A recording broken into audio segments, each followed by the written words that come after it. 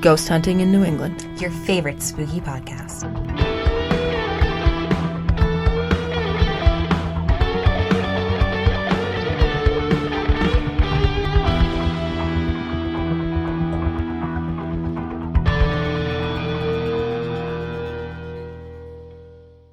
Hey everyone, happy Wednesday and welcome to Ghost Hunting in New England with your host Amelia. and Beth. And today we have really awesome guests on. We do? We sure do, yeah. So this week we'd love to welcome from my favorite podcast, the Unbelievers Podcast, Russ Ryan, Rob Oakey, and Drea Mora. Hey guys, how are you? Hey, how are you guys? What's happening? Hi. Hey. We're really happy to have you guys here, and as we are coming here into September and getting into spooky month, having you guys tell us a bit about what you do on the Unbelievers Podcast and share some of your favorite spooky stories with us. Yes, you guys want to give us a little background about your podcast and what you guys are doing over there? This is Russ. Hey, how are y'all? Thank you, Beth and Amelia, for having us. What we are is we are all really big fans of a show called The Unbelievable Podcast, which ended, and we took up the mantle and started the show ourselves again. And yeah, we're just a paranormal comedy podcast. Amelia's been on playing silly game shows. I keep pigeonholing her into these. She's probably the best one we can get on, but I put her in the worst situations. You really have. No, it's a lot of fun. I'm glad you like coming on. I'm glad you had us on too. But yeah, we're just a paranormal comedy podcast. When you say that, Drea and Rob. I don't know. How do you guys describe it? I feel like I've described it a lot. What do you describe the show, Drea? I've said, go ahead, Drea. Yeah, you describe it. Okay, yeah. I use the same keywords right there. Comedy. I say comedy first, just so people know we don't really take ourselves too seriously. There are times where we do get into it. Okay, like, all right, guys, this is for realsies. There are certain things that I do get creeped out about, but I love it. I explained that we talk about anything from, relations with aliens, relations with ghosts, cryptids, conspiracy theories. We have done a little bit less of than Unbelievable Podcast, but our goal is to really kind of keep it light and look for the funnier kind of characters and witnesses that have to kind of pop up around all of those topics. Cool. I think it's funny when you tell people that we're a paranormal comedy podcast because they kind of look at you for a second and they go, oh, all right. They don't know what a paranormal comedy podcast is exactly, or like what that would be. And then when they listen to the show, they get it. They go, oh, okay, I understand now. It's I've always thought we're kind of it reminds me of like The Soup meets like Coast to Coast. Like it's kind of like we listen to we listen to a lot of clips. Something better than The Soup. No, The Soup is great. Come on, don't hate on The Soup. The Soup is great. Yeah, do not. The Soup is delicious. The Soup is great. Yeah, we do a lot of clips, and we try to find a lot of those stories that you hear on the news, and they fly by so quick that you don't even think about it. But then when you hear it a few times, it's really, really, really funny. Yeah, you guys do a great job. It's hilarious. It's my favorite podcast in the whole world. It was awesome that you guys picked up those reins. When the Unbelievable Podcast ended after, I think it was a 7-year run, were they on for? Yeah, that sounds about right. I don't know how we did it. Yeah, about 2012 into about 2018. Yeah, 6-7 years.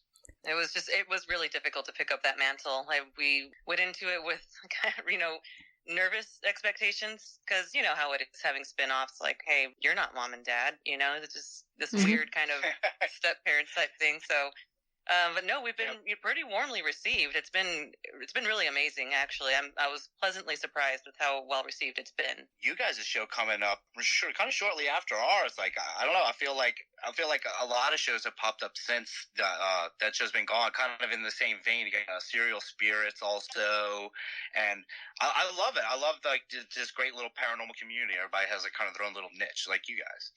Yeah, well, thank you. Oh yeah. I mean, when I first heard about your show coming out before it had been released, I was like, a little unsure. You know what I mean? A little apprehensive. But definitely. Then it came out and it was awesome. And the coolest part about the Unbelievers is the amazing community that has come out of it.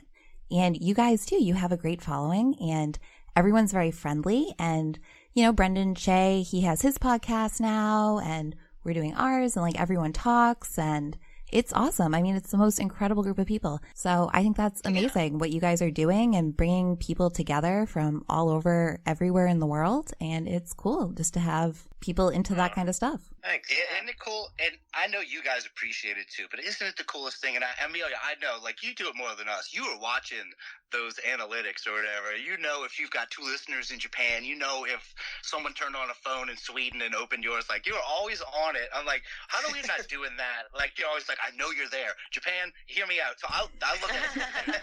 That's awesome. Do I check it every day? Scottish Unbelievers. Australian Unbelievers in the UK, in Canada, so many in Canada, in Mexico. It's great. I love that. You know, there's that weird kind of niche personality. I'll say too. There's just people that love just all things paranormal, the dumb stuff, the great stuff, the spooky, like believers, like UFOs, aliens, cryptids. I love all of it. I want to believe all of it. I know most of what they put out is garbage, and it's fun to make fun of. But I do want to get to something, and I think we have it a couple instances where there are very believable stories and that you can't make fun of. Yeah. It's this great sensation of, like, when you first hear the show and you realize what it's about, you kind of feel like, oh, there's other people out there like me that love this stuff and that love, like, to laugh about it, and yeah, it's definitely a great way to bond with people, and the community on the internet just. It just goes crazy. Everybody, after the episode comes out, everybody loves to post stuff, and it just helps build the community. And we love bringing people onto the show and including the listeners on the show, which is a big part of that. One of the best parts of it, I agree. When I found out about the Facebook group and that community, I was blown away by how active it was too, and everyone's so supportive of one another. And also, they used to give Brian and Phoebe a lot of crap, and they'd give them a hard time about a lot of stuff. But I like that too. It's like I don't mind the ribbing, you know. We have gotten a bit lucky too with that. I don't ever see anybody making fun of you guys online. I'll say, Beth and Amelia, but. We've gotten off with just maybe a couple self-inflicted wounds where we asked for it and got I think Russ secretly likes it.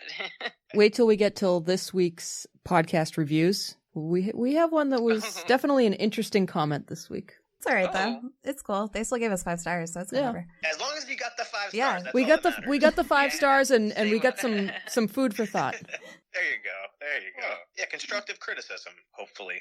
Hopefully, yeah, we'll see. Yeah, we'll see about that. So part of the reason we wanted you guys on in September is we know there's a big Unbelievers, well, it's not an Unbeliever event, but it's an event a lot of Unbelievers go to, which is the Mothman Festival is coming up. Are you guys planning on going, or? Oh man, I wanted to so badly because I had to miss, obviously, I've never been, so I was really hoping I'd be able to this year, but there were a lot of, changes and events that happened this year that I was like, yeah, it's not going to work out, but really, really gunning for next year. Yeah, I'm going to say, I'll speak for all of us. I think doing the podcast has probably been the only thing that has worked out for us in our lives. So it seems like we got all this going on. It's like, we're like a duck on the surface of the water, man. We are paddling insanely underneath, all 3 of us, and no, none of us are going, but we paddled hard enough that we've got quite a few Unbelievers that are going and recording. Brendan Shea will be there recording. He's going to be on. Zenger's recording. He's going on. I'm actually recording an episode about Mothman with Zeng This, another Unbeliever-related podcast. Oh, cool. So we're going to have the full report. If they want to call, they can. If they just want to call me in the middle of the night while they're there, I'm sure Michael Shields or someone like that will definitely just call me up. Hopefully, Drunk Fest is a great festival, just great America. I'll speak for it. Yeah, explain what it is real quick, just so that, like, a general idea for people who don't know what it is. So let's go back. Think about Mothman Prophecies. Okay, that little city. But that's from a different city. That was in Pittsburgh. The real city that the whole Mothman incident from 1966, 1967, Point Pleasant, West Virginia. It's a great little town. They have a museum for the cryptid. It's a really cool museum. It's got so many, like, artifacts from it, but it's just a huge, like, street festival.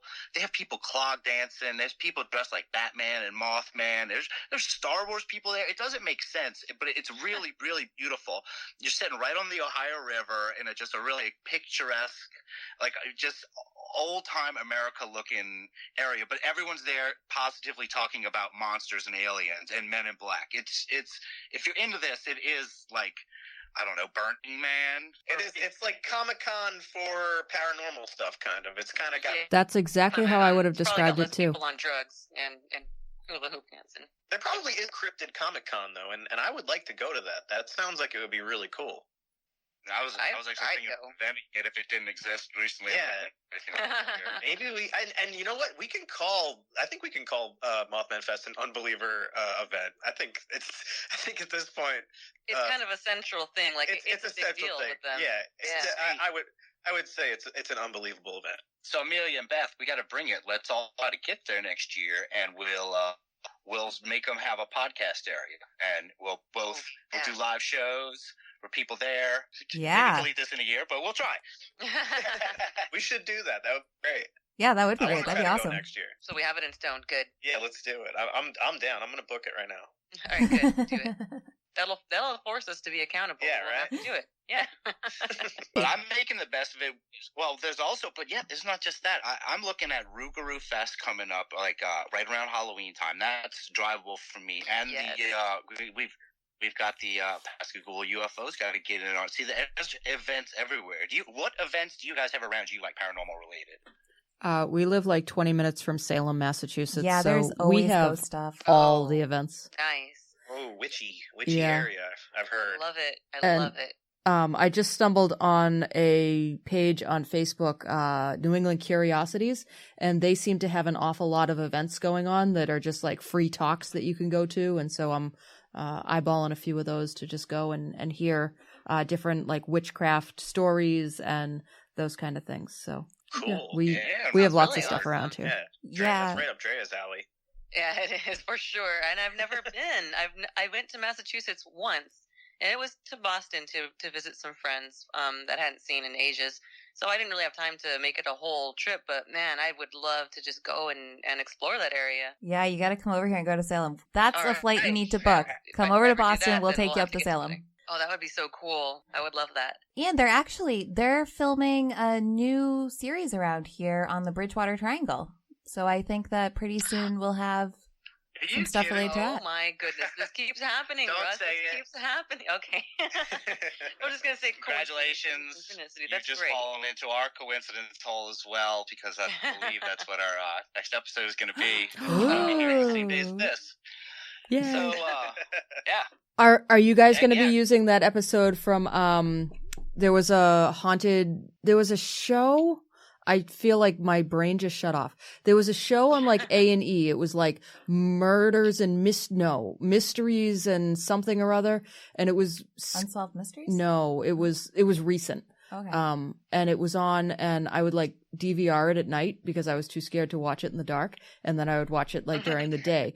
But one of their very first episodes was about the Bridgewater Triangle, and they had like this really scary little creature that they were writing off as the Pudwuggy. How do you say that? Yeah, I can't wait. The Pugwuggy. I think I think that's pretty close. Okay. Or the Pugwaggy, the Pugwaggy. I don't know. Maybe it's one Okay, of those. see, I was going to say all three of those pronunciations sounded exactly the same except for the last one. But sure, I mean, I would believe either of you because I have no idea how to pronounce it. Well, Huh. I believe it's That's what I'm gonna ask you Pugwag. guys. I want to ask you guys. I gotta ask you guys, Beth and Amelia. Now, you guys have been doing your show for a little while, and I've heard this from other people that do shows like this that touch on strange subjects. Do you guys notice any kind of synchronicities that have been happening to y'all, like involving things you are doing? Yeah, so we did an episode a few weeks ago on stone tape theory, and people have been bringing That's that. a great episode. Oh, thank you. Yeah, random people keep talking to me about it. Like people who have never heard of my podcast, don't know me.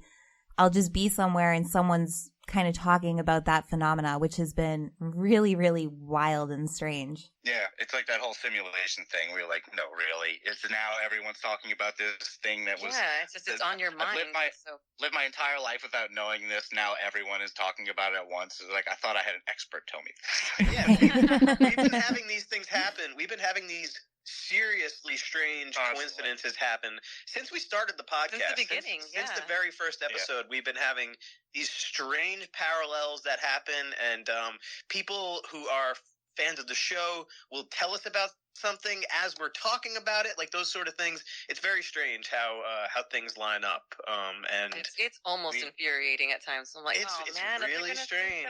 We copied them or whatever. It's like it's almost like it's almost like there's a glitch matrix, and we just keep lining up, and or maybe we're onto something like correct. Maybe we're doing something right. Who knows? I don't think it's maybe we're all on the same